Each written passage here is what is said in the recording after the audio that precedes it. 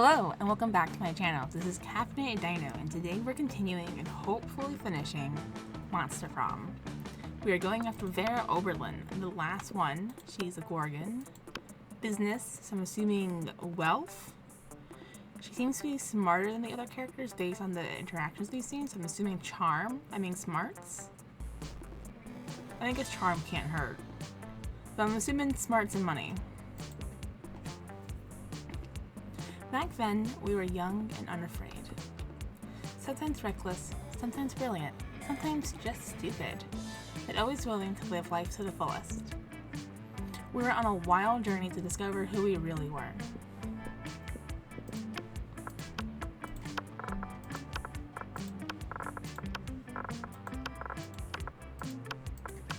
Let's go!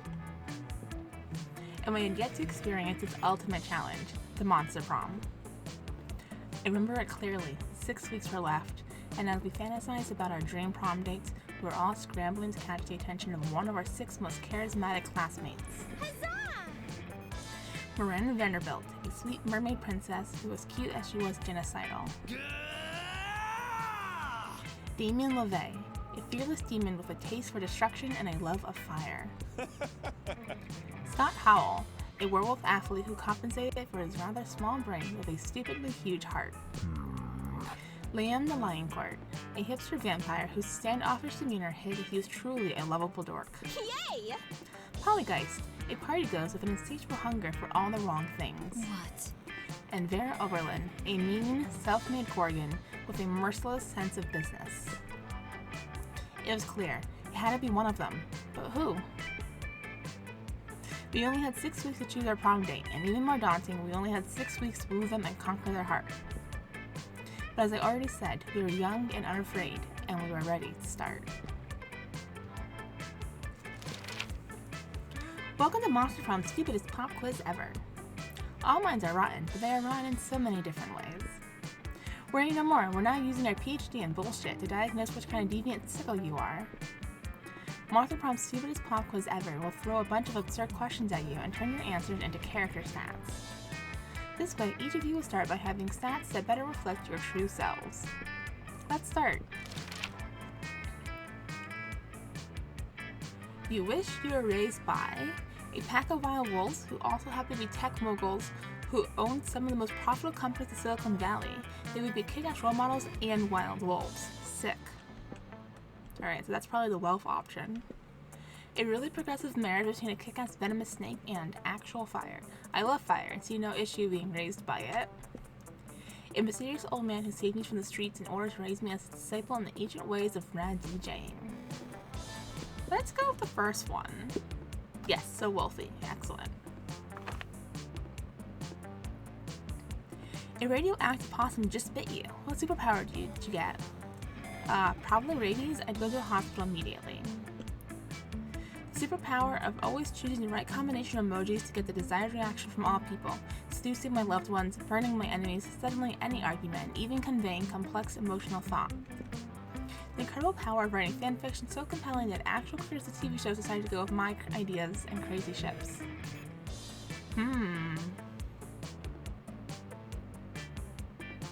I mean, that might be fun. I don't know what these would be. Let's look at the superpower of emojis. Charming. What is the sexiest type of knowledge a lover can have? How to set stuff on fire, that's Damien. How to make a killer cocktail out of anything, that sounds like Polly. All the principles to build a financial empire, that's going to be the one we pick. Obscure 80s movies trivia, sport things, or lyrics to all Disney songs. We're going to go with the financial empire because we want to go for Vera. Yes.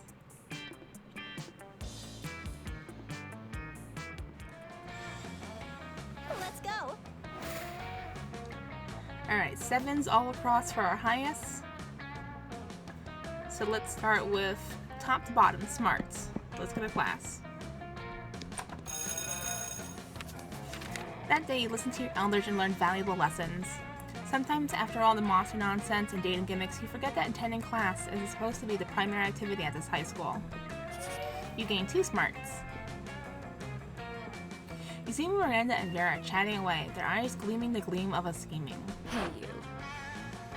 Crowdsource isn't doing nearly as well as I thought it would. Oh, if it isn't Rex. Greetings, fellow classmate. Would you like to be a customer? Once upon a time, search were only for the rich and fabulous, like Vera and myself. But now, thanks to our app, Crowdsource, you too can have your very own crowd-funded surf. The app is being generously funded by my royal family, who wish for everyone to experience the joys of royalty and get richer off it. I think our business might be failing because the search is simply not of high enough quality to maintain customer interest. The search need to have more enthusiasm for their jobs. We need to recruit them for the right locations. Don't be absurd. If there's any one thing being royalty has taught me, and there's definitely more than one, is that you can trick anyone into doing anything as long as you give them the right incentives. But why not start with easily manipulated in the first place? Rex, what do you think? Vera's right. Why not recruit people who want to be bossed around at a leather daddy convention? Miranda has a point. Everyone wants to win. Host an unpaid labor competition where the prize is doing more unpaid labor. We're gonna go the first one. Oh, not bad. Oh, I like that quite a bit. Excuse me, but if there was a convention for daddies, I am quite sure I would know about them. My father is one of the most powerful dads I know, so if he was not invited... Just stop there, Miranda. Trust me. How does this sound? Free lifetime of submission. Dirty talk guaranteed. Dress code, come as you are. Vera, with the help of a confused Miranda, goes to the next leather daddy convention in town. The next time you see Vera and Miranda, they seem much, much happier. You search for recruiter are so enthusiastic to serve. Almost inexplicably so. And, as an unexpected fringe benefit, all the servers keep trying to one-up each other's uniforms. So you create a line of latex and leatherware that's making almost as much as Crowdsource in the first place. That has been quite pleasing. It's a win-win-win situation. And don't worry, Rex. I won't ask how you know so much about the fetish community. Yay! Citing with Vera always makes her happy. And to show her appreciation, she gives you 2 money she earned, and you gain 1 smarts. Well, that was going well quickly. You find Vera and Polly at their table, deep in conversation. Alright, business idea.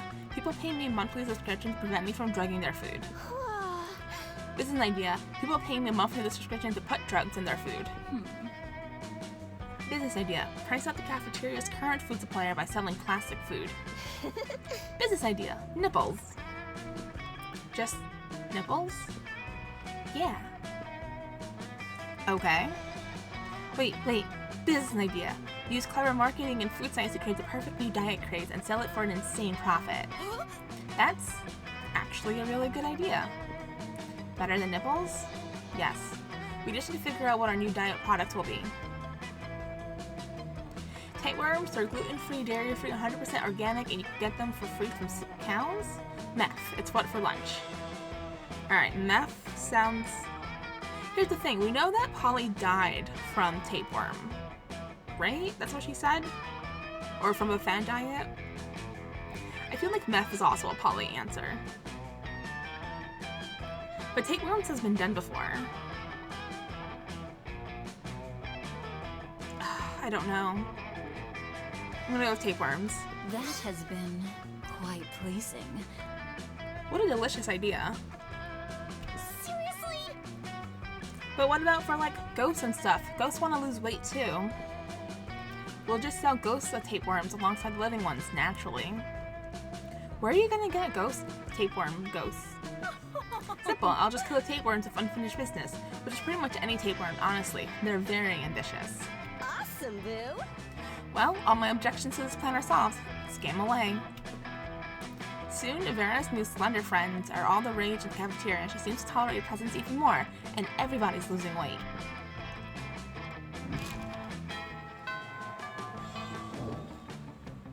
Let's go. Money.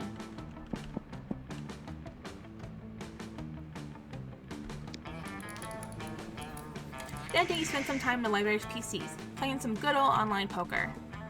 Gambling seems like a stupid and dangerous decision, but who cares? This time it paid off, so fuck it. You gain 2 money. You see hordes of your classmates running away from Vera and Scott. They're all screaming spoilers. Great. Have you seen the latest episode of Detective Wereweasel? Wereweasel finally exposed the cartel's entire operation. Awesome, bro. I did. It was so exciting I peed on Grandma's carpet. Not bad. I know, right? And the cartel's organizational structure is so cool, I took so many notes. Oh, bro. But last night was the last episode. I was so sad I peed on Grandma's carpet. Well, why don't we start our own TV show? We'll make it better than Wereweasel. Better than Wereweasel? Is that even possible? We're the perfect team. I have money and you're the gullible target audience. Gorgana Film Studios requires your ideas. Scott Gorgana Film Studios? We'll talk about that later. Right now, I need ideas.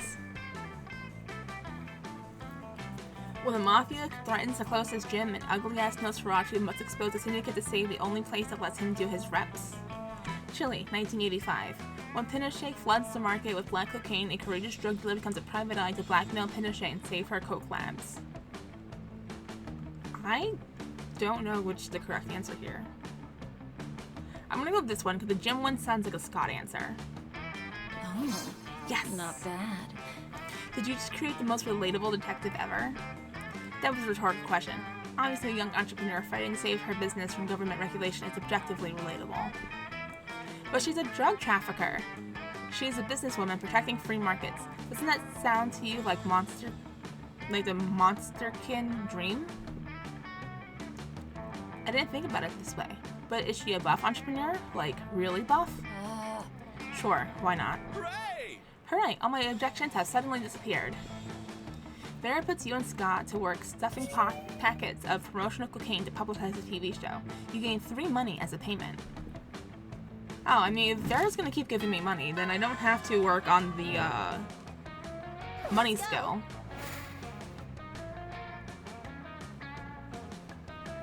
So let's do smarts, and I guess we'll focus on charm? Our fun is really low. That day, your teacher delivers an amazing and creative performance that blows all your minds, and ends up being a sensation on YouTube. Your teacher gains 10 coolness, but who cares? He's not trying to romance your classmates. Or is he? We hope not. Oh, you also gain 2 smarts. Hooray! Without warning, Vera pulls you aside and hisses in your ear. Oh my god. The stalkers are back. You follow her pointed finger and see a guy dressed in a white toga and winged sandals, facing away from you. He looks like a creep. He's been following me everywhere. He thinks I don't notice him checking me out in that mirrored shield he has, but I totally do. Ugh, it's such a chore being this beautiful all the time. How am I ever going to get rid of him? Threaten to feed him to a damsel? Threaten to feed a damsel to a sea monster. That'll distract him. He looks Greek. Why not bribe Zeus, king of the gods? Threaten to feed him to a damsel? Threaten to feed a damsel, I think is the correct answer. I don't think bribing Zeus would work. Yes! Great. Yes, finally, a use for all these damsels my henchmen have been kidnapping. And also this sea monster I found shopping online. Vera mutters a few words into her collar, and minutes later, a high-pitched cry for help can be heard outside, followed by the gnashing of the sea monster's teeth and the screams of students. Sounds like Vera dropped the sea monster in the pool. Again. The creep in the toga immediately springs into action, shouting, "I'll save you, my lady," as he sprints outside. He won't, you know. I don't buy half-assed sea monsters. What a sleazebag, though, honestly. You spend the rest of the period with Vera and pick out some good tips for buying the right sea monster. You gain 2 smarts and 1 boldness.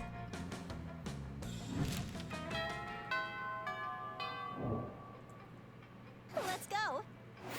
Let's see where she's sitting today. Oh, with Polly. You arrive at Polly and Vera's table to find them eating. Wait, both of them? Oh, yum yum. I sure do love food and eating. Look at this food going in me. Yes, this cafeteria Sloppy Joe truly has a subtle flavor profile. Finally, you notice the cause of this absurdity. A well-dressed businessman sitting at the next table watching both women intently. Oh yeah, I know you like this, baby. My eating is realistic and erotic. Be cool, Polly. The man wants to pay us for eating in front of him, not screaming about eating. Is this not what eating is? I forget.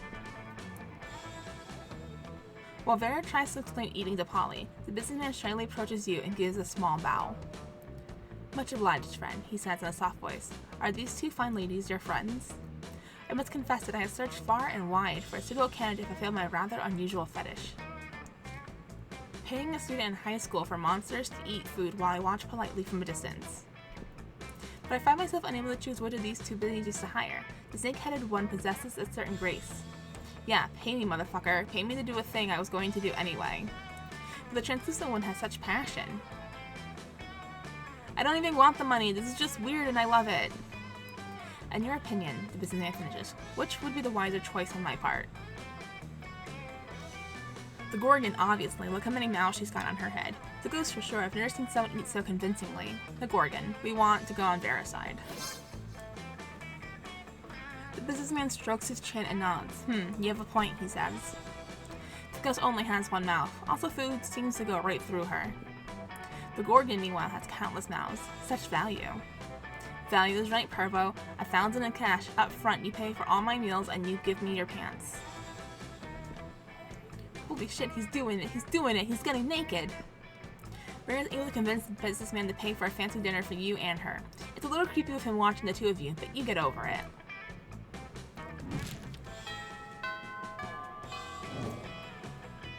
Let's go. Let's do Charm. That day, an epic dodgeball match takes place. Everything seems lost, but you deliver an inspirational speech that fuels your team spirit, leading to a spectacular comeback. You're clearly a natural-born leader. You gain 2 Charm. After a fearsome battle, you find that you, Vera, and Scott are the sole survivors of a bloody and terrible dodgeball match. Damn, are we the only ones alive? Shit, I can't afford to lose. I don't want that on my academic resume. No, not losing. Losing is, like, not a good thing. Don't worry, Scott. Losing is like winning, except it's losing. I'm not sure if I should feel worried or relieved. Worried, Scott. Losing is bad. A loser Scott is a bad Scott. I don't want to be a bad Scott. Then what we need is a fast way to turn this game around. There's no way to win this dodgeball match unless we completely change the rules of dodgeball as we know them. It's time to unleash your sick acting skills. Pretend you caught a disease to stop the match. I'm gonna go with the first one. I don't know. These both sound bad. Like, I don't think either of these are gonna go well. But I'm gonna go with the first one. Okay. You swiftly flee to International Ministry of Sports and start a complex legal process. After an absurd whirlwind of legal action and bribery, you finally drastically change the rules of dodgeball. You go back to high school and the new rule set favors your team in incomprehensible ways. Scott, you focus on catching the blue flamingo to gain 50 more points. Gotcha, you two dance a tango so you can win this thing. You dance all the right moves that officially end the match way ahead of the other team, who are still combing their hair of their team llama. Well, I have no idea what happened, but according to this rulebook, you won. Holy cow, kids, I don't remember any of these rules. I guess my memory loss at remembering stuff. Don't worry, coach. Losing is like winning, except instead of winning, it's losing. That's right, Vera. If you learned that, it means I've won at the ancient sport of teaching. Who knew that subverting the rules of the sport was that easy? You live in the wonderful and twisted world. You end up reverting the rules back to how they were before, but boy was that fun. You gained 2 creativity and 1 fun.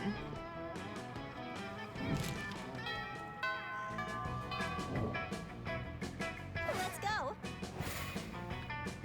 Let's go to class.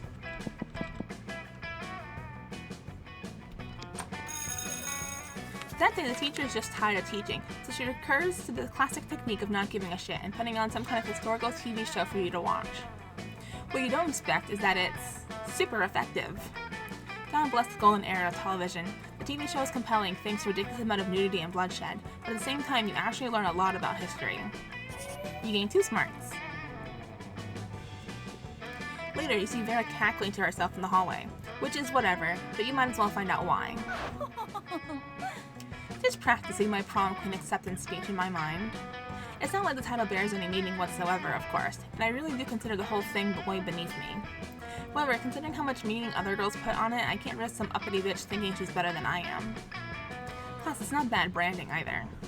I could see using a victory to start a line of successful prom queen accessory is guaranteed to get you the win. Perfect prom shoes, the right makeup, fancy knives to take out your opponents. Speaking of which, I assume this goes without saying, but I'm not leaving anything to chance. I'll be doing a blood ritual to ensure my win. I still haven't found the exact details yet, but I'm optimistic that at least some of the items will be found in the shop. The only question is where exactly I can find the details for a proper blood ritual. Why don't we ask the Coven? They're witches, they should know all about it. Literally search the internet, that's literally what it's there for. I'm gonna go with asking the Coven. No. That was not charming. Of course, I knew those basic bitches would come in handy one day. Actually, I really didn't. I always thought they were pretty useless, but I'm never mad to be proven wrong when it serves me. Using the skills you gained during the extra credit summoning seminar, you call forth the Coven. What is it now? Is there some emergency? Is the world in need of saving? Of course not. The world is the worst. Why would I ever want to save it? No, I just want to be prom queen. I need some blood magic to guarantee my victory, and I figured you three could do something productive for once. Under no circumstances will we be revealing any magical secrets to help a petty little brat become prom queen. I genuinely cannot think of a more frivolous use of blood magic than this egotistical little side quest. Every time I think of the students of the school could not be any more ludicrous. Yeah, when I need your opinion, I'll ask for it. You're the one who called us here. Yeah, and a lot of help you've been. Now get out of my sight before I use my sight to turn you to stone. Vera turns to your sorry ass. Hi. That includes you. Useless. I'll find the ingredients myself. Thanks for nothing. Yeah, useless. You used 2 smarts and 1 charm. Oh no.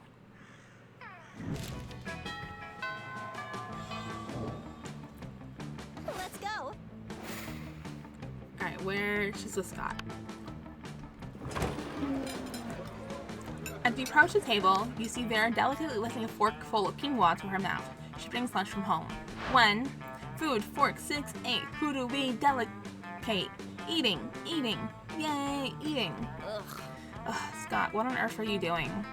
I'm cheerleading you to help you be the best eater in the whole school. What caused this obsession with cheerleading me through mundane activities that require no cheerleading? Everything requires cheerleading, silly. That's why we have cheerleaders for our cheerleaders. But I can see my cheerleading is not working. You haven't eaten anything yet. That's because you keep startling me with your damn cheerleading. I can't eat when I'm startled. No, that can't be it. I must not be cheerleading hard enough. Hey, friend, maybe you can help me.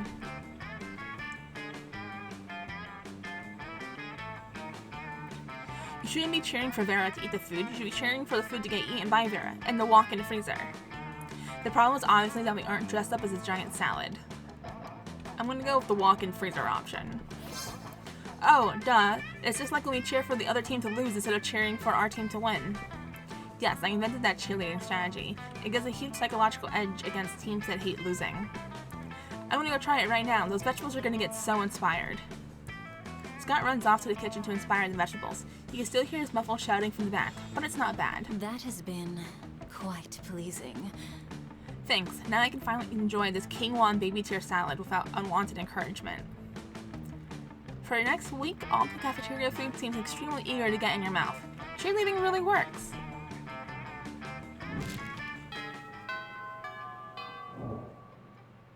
Let's go. I'm gonna work on, well, I guess not smarts, because the NPC's at class. Charm, I guess? That day, an epic dodgeball match takes place. The match is so intense and both teams are so into it that you decide to raise the stakes by betting part of your charm against part of the other team leader's charm. That commitment amazes your whole team and their spirit is fueled by determination. Finally, you win and take 2 charm from the other team leader. She's now a bit less fabulous. You notice Vera standing in the corner, pissed. What looked like a fresh braid on the back of her head is actually 2 of her snakes fighting, poisons flying everywhere. Ugh, I'm okay, it's just Hissy and Bob having another disagreement. It happens. This time they can't decide whether Miranda's domain should be called a kingdom or an empire, and it's like, who cares? I'm telling you, if they were in my hair, I would sell them to Thailand, where they eat snakes. To decapitate them to set an example, you can totally rock some bangs. Snakes get feisty when they don't have jobs. Put them to work building your evil empire. Let's go the evil empire one. Great. Why, of course, I'd forgotten how testy snakes become without gainful employment. It's on the best-selling book, Snakes in Suits. But come to think of it, my snakes already do have jobs, they're just not doing them. Bob, where's the report on Portugal? Are they at war yet? Hissy, have you poisoned the school water supply like I asked? No? Then how am I supposed to sell water to Miranda's family? Think it's easy selling water to mermaids? Hissy and Bob pull out cell phones and start making calls. You don't know which impresses you more, Vera's managerial skills or the fact that her snakes can use cell phones without thumbs. Either way, you get 2 creativity and 1 smart.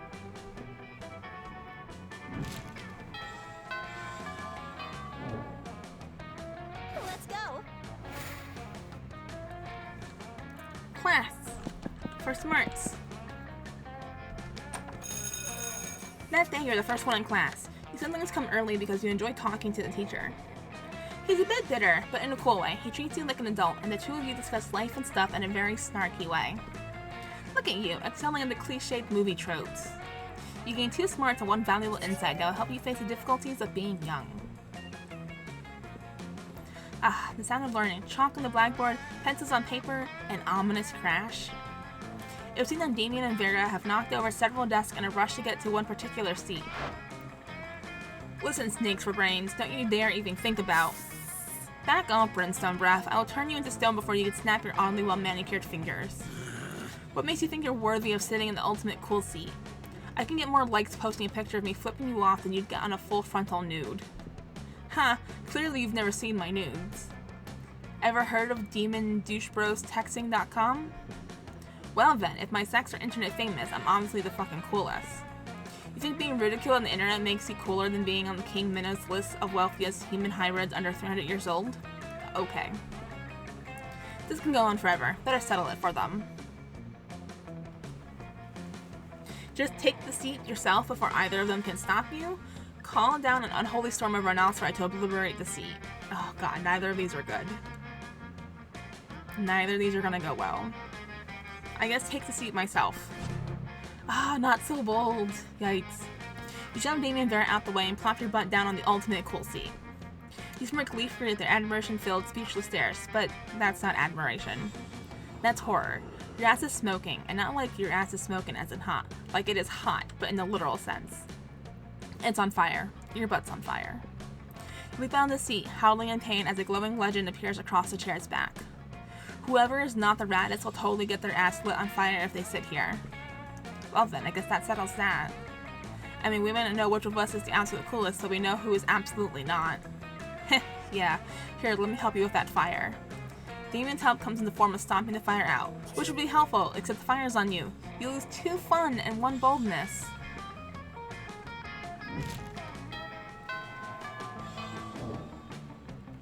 Let's go. Alright, she's sitting with Scott. Watching Vera eat is usually pretty disturbing. Her snakes eat at the same time she does. But at least it's usually quiet. This time, however, Scott is doing his best to change that. Touchdown! Go, Lefty! Gobble that mouth! No, watch out for the wiggles coming up from behind! Use that tongue! Go! Ugh. He does this every week or so, whenever my snakes need a meal. He seems to think snake eating contests are a competitive sport. Also, I don't think he realizes that an actual snake eating contest would probably involve people eating snakes. I tried charging him for tickets to get him to stop, but he actually pays to do this. He keeps track of each snake's statistics on a little index card. He's even given them names. Go Feather! Go Benny! Go Sanchez! Go Snake! Those aren't their names. God, no matter how much he pays for tickets, it isn't enough. It seems like a really tense situation. To resolve it in the only way you know how, by opening your mouth and yelling, boring, this is nothing compared to earthworm eating contests. Snake, eat that food and stay awake. No, we're not going to encourage Scott. We're going to go with the first one. What? There's a more exciting sport than snake eating contests? You gotta tell me about it. Oh yeah, earthworm eating contests are literally crawling with suspense. And even better, they're going on all the time with thousands of players in each game. Thousands? Where's the game? Where do I go? Anywhere there's dirt. Anywhere? There's dirt in so many places. So many places that aren't here. Get going. Sports that game or whatever. I will, Vera. I will. I swear, one of these days he's going to decide choking on his food is a sport and die. Well, you hope Scott doesn't actually die. The main thing in your mind right now is how Vera's smiling at you. Nice.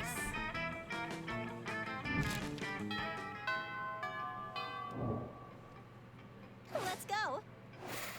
Alright, not going to class. I guess we'll go to the gym? Maybe we should bump up fun. Nah, let's do charm. That day, an epic dodgeball match takes place. Amidst the battle, you spot a fellow player that seems utterly discouraged. She thinks she's not worth anything at dodgeball, and she attempts to throw a ball at herself. You explain to her the many ways you think she's unique and wonderful, while also defending the many pleasures in life.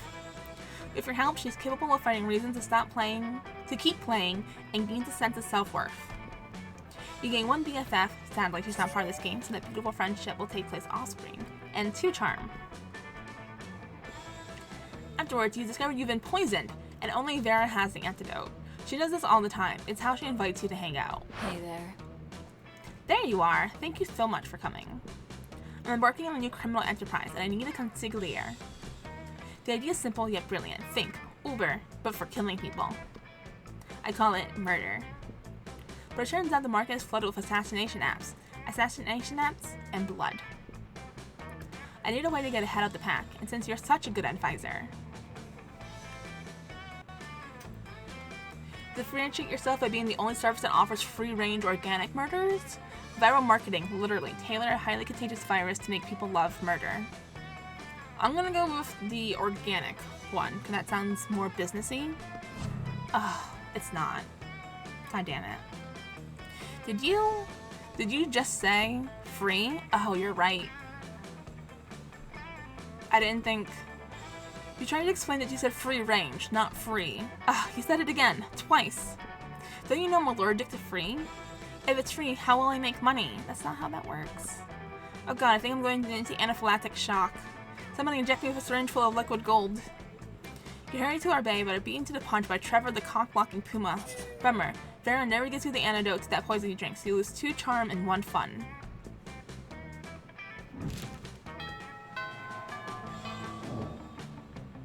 Let's go. Alright, I want my charm back. And then we'll do fun after this. That day, an epic dodgeball match takes place. Many people fall during the battle. You can't take any more, so you valiantly go straight to the other team's leader and start negotiations for a truce. After hours of intense diplomacy, you commit to an agreement. What an unexpected twist. You gain 10 righteousness, but this game is so wrong in so many ways that you would be lucky if you could do anything with that. And 2 charm. Later, you're wandering through the halls when you hear a voice from around the corner. Hi. Hey. I seem to have accidentally turned a bitch to stone with my gaze. Don't get me wrong, she totally deserved it. Her nose is obviously fake, but that nail polish? Abominable. But this isn't exactly the first time I've done this, and Principal Giant Spider said if I did it again, I'd get detention. So now I need to dispose of yet another body, and I thought that since you're so attractive and kind and clever, you'd be willing to help cover up the literal murder I've committed. No questions asked, right?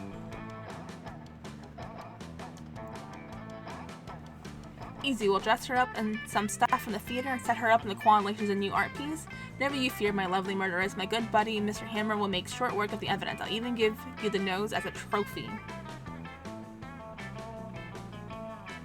I think that makes more sense than setting her up as an art piece. No! You raise your camera to begin smashing, but Vera stops you with a look. It doesn't quite turn you to stone, but close enough. Wait, what are we even doing here? Smashing a defenseless girl with a hammer in the middle of a high school? And why? Just so no one know I murdered her? What's the point of even murdering people if no one knows if you can murder people? I've got a reputation to uphold. You're a failure. I can't believe I almost let you destroy the evidence of my totally justifiable homicide. Get out of here with that hammer before I make you eat it. Someday you'll get to smash a petrified monster with a hammer. Someday, but not today. Today you lose 2 charm and 1 fun. No, my charm and fun. Let's go.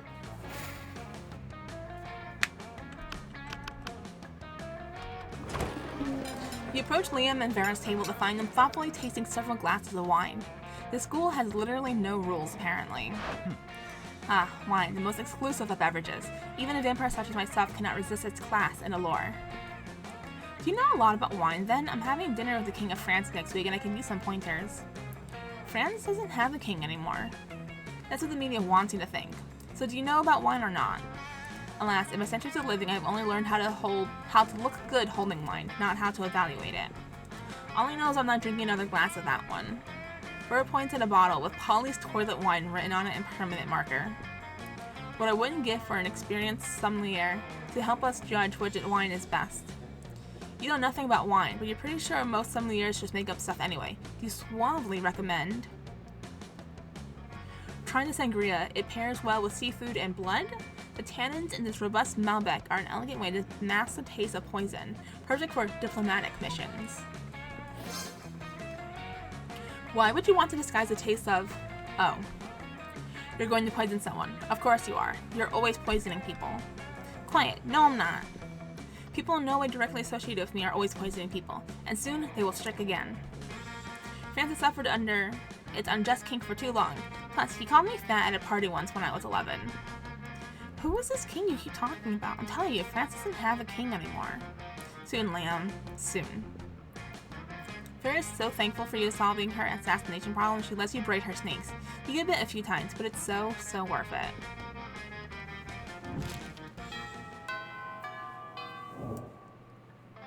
Let's go.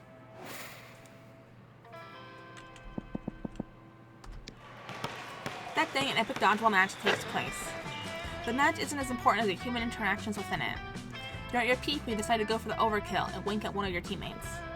He's totally mesmerized. It's the most epic wink ever. Damn, you know how to win over people's hearts. You gain 2 charm. You're making your daily protection payment to Vera, when suddenly... Oh my god. Everyone stop what you're doing and look at my majestic visage. The interdimensional prince, muscling in on my territory, are you? Not at all, my darling Viperess. I'm here strictly in a business capacity. Business, you say? I'm all ears, except for my snakes, which are all tongues and teeth. It's simple economics, my love. You're an aspiring crime kingpin, and I am a prince. I propose a merger. A merger of our resources, our minds, our bodies, and our spirits. Not bad. Interesting. Oh no, Vera's getting at her calculator. If she decides this merge is financially viable, good luck asking her to prom.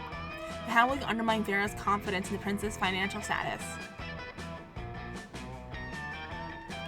Replace all his gold with fish? Steal all his money with your high-frequency trading algorithm, Carl. Steal all his money, I guess? So smart. Excellent. Before we draw up the contract, I hope you won't mind providing a full accounting of your assets. Of course not, my dear. As you can see from this spreadsheet, my entire kingdom is... owned by someone named Carl? Let me see that. You idiot. Carl isn't a program, it's a computer algorithm. It probably stands for something stupid, like... Computerized Autonomous Robotic Light Bulb? Nope, doesn't stand for anything. It's just Carl. You gain 2 boldness and 1 smarts.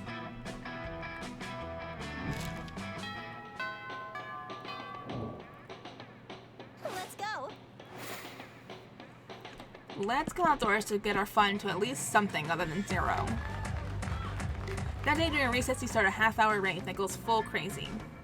You have no idea how it escalates so much, but at one point there are like 300 people. Someone summons demons from a nightmare dimension. The consequences might distort the fabric of reality itself, but who cares? It's a rad party. You gain 2 fun. On the edge of the rave, you find Vera, punching some numbers on her phone calculator app and frowning. Mediocre. It's official. I've run the data and it looks like I'm making approximately 0 monster dollars off this rave. With all these people getting turned in such a small space, you'd think it would be simple to financially exploit them. But my normally shrewd sense of opportunistic capitalism seems to have deserted me at this moment. Tell you what, you help me come up with a way to turn these chumps into cash, and I'll give you 3% equity in the venture. And maybe a little something else. Do you see what I'm doing? I'm manipulating you with flirtation. Is it working? Oh, it's working alright. You share your hot new business idea. You see that dance move they're all doing? Patent it. Why not literally turn them into cash by spiking their drinks with this potion I made that turns people into cash? No, we're gonna patent the dance. No! Vera patents everyone's favorite dance move, the Harlem Snake. That night, everyone who was dancing the rave receives a cease and desist letter and a bill for 1,000 monster dollars. But when we talk to Vera later in the week, she doesn't seem rich or happy. 3 words, class action suit.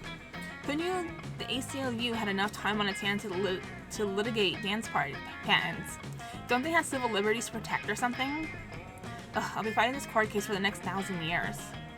As a stakeholder in Vera's dance business, you are fully liable for damages. You lose 2 money and 1 boldness.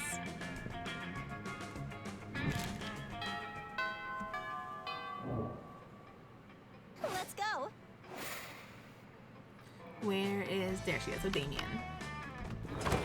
You find Damien and Vera hunched over a scale model of a spooky National Bank made of milk cartons, lunch trays, and ketchup packets. Alright, we go in through the side entrance, disable the alarms of an EMP, and blow the safe. Why don't we just blow up the side entrance, blow up the alarms, and blow up the safe? Because we only have so much C4, Damien. It sounds like a personal problem. What's this thing? Damien points at the kosher dill pickle in front of the vault labeled Police Ogre. That's the Police Ogre. He's got eyes all the way around his head, never sleeps, doesn't take bribes, is invincible in combat. Can we blow him up? No, we can't blow him up. We need to find a way around him. Well, I'm out of ideas. Yo, Rex, we'll cut you in on the heist if you can solve this ogre problem for us. Luckily, you're heist mastermind. Before Vera or Damien can react, you rob the bank yourself and split the money with Vera, or eat the pickle. Neither of these are good. I'm gonna say split the money with Vera. Quick as a flash, you take a cab over to the bank, walk in the front door, fist bump the police ogre, and walk out with all the money. You head back to school and dump half the money on the table, totally burying their shitty scale model of the bank.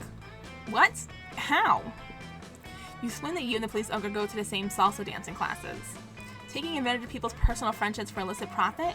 I've never respected you more. I assume this pile of money and gold ingots is my share? You nod, sexily. Hey, where's my cut? I've got your cut right here, interloper. Vera's dad's Damon, with one of the irresponsibly sharp butter knives the school cafeteria provides. You've never been more turned on. Alright, last thing before we get to ask her to prom. And I don't know which one to do. Money? Charm? I don't think we need any more smarts. Our smarts are pretty high. They're pretty up there. Let's go to the gym. Why not? That day, an epic dodgeball match takes place. At one point, you're about to be eliminated by a player from the other team. But suddenly, you convince him not to throw the ball at you with a heartfelt speech about the importance of everyone's lives. The player bursts into tears and you take advantage of that moment of weakness, throwing a ball at him. You lose 5 mercy, a set that might be useful in the Prom to Prom sequel, but isn't now, and you gain 2 charm. Soon after, you hurry away to join Vera for an after-school rendezvous. She arranged a romantic evening at the stock exchange? There you are! I'm so happy you've joined me here that I have momentarily forgotten my hatred for all beings. You... what? You thought we were going to dinner? No, silly. How am I supposed to make a profit at dinner? If you're hungry, just eat some money. There's plenty of it lying around. Look, I invited you here because I wanted to share something really special with you. You see all these people here? These sociopaths screaming at each other in $10,000 suits? This is my family. Well, not literally. I never met my birth parents. It's more like a room full of my worst enemies. What's family after all but a room full of your enemies? Anyway, enough chit-chat. The real reason I brought you here is to help me make money. Make of the stock tips. You know absolutely nothing about the stock market, but that's never stopped you before. You tell her. Buy one of everything, sell it all we need is each other. I don't know.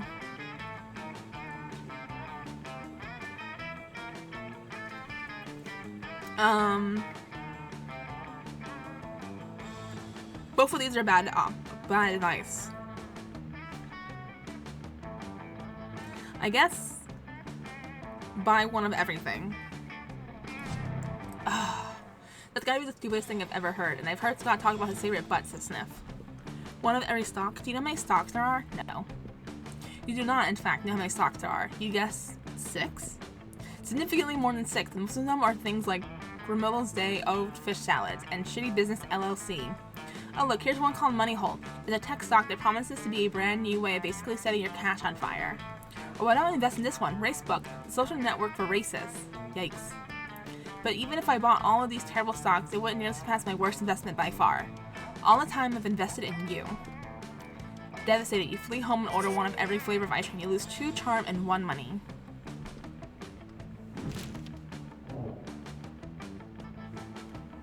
Alright, let's ask Vera, and hopefully she doesn't hate us too much. Hey, you. Let's go. You finally pluck up the courage and ask your beloved to go to Monster Prom with you. Prom together? Ugh.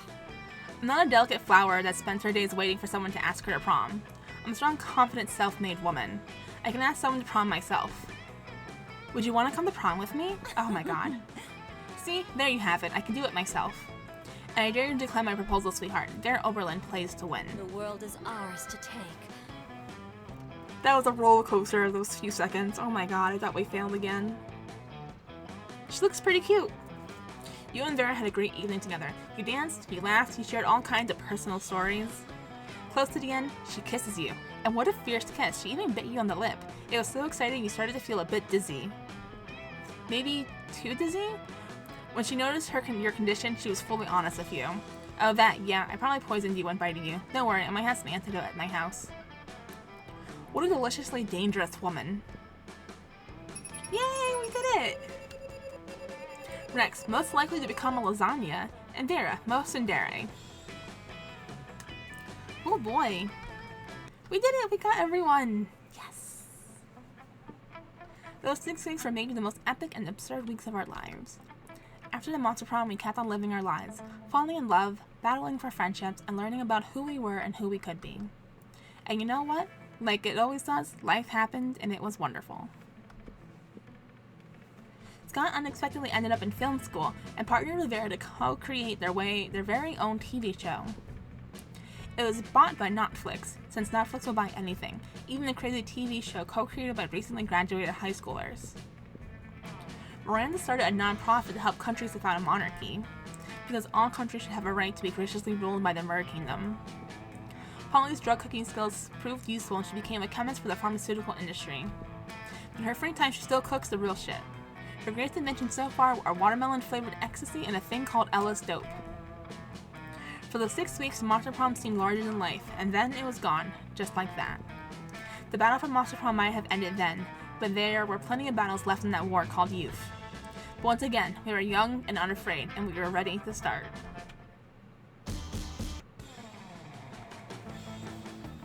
Do you want to join a very exclusive club? Go to the shop. You unlocked 4 new images in the gallery. Cool, cool, we did it!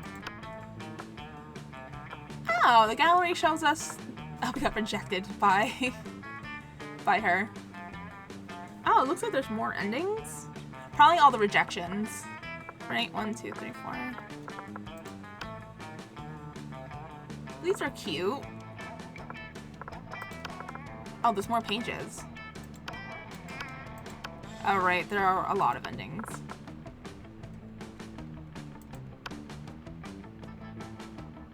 Oh, these are so cute. More art, okay.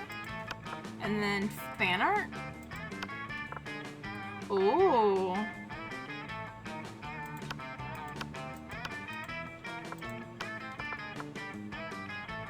Cute.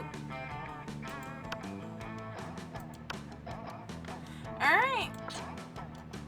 We did it. We beat the game. We got everyone on our date. We went to prom with each of the characters. Yay!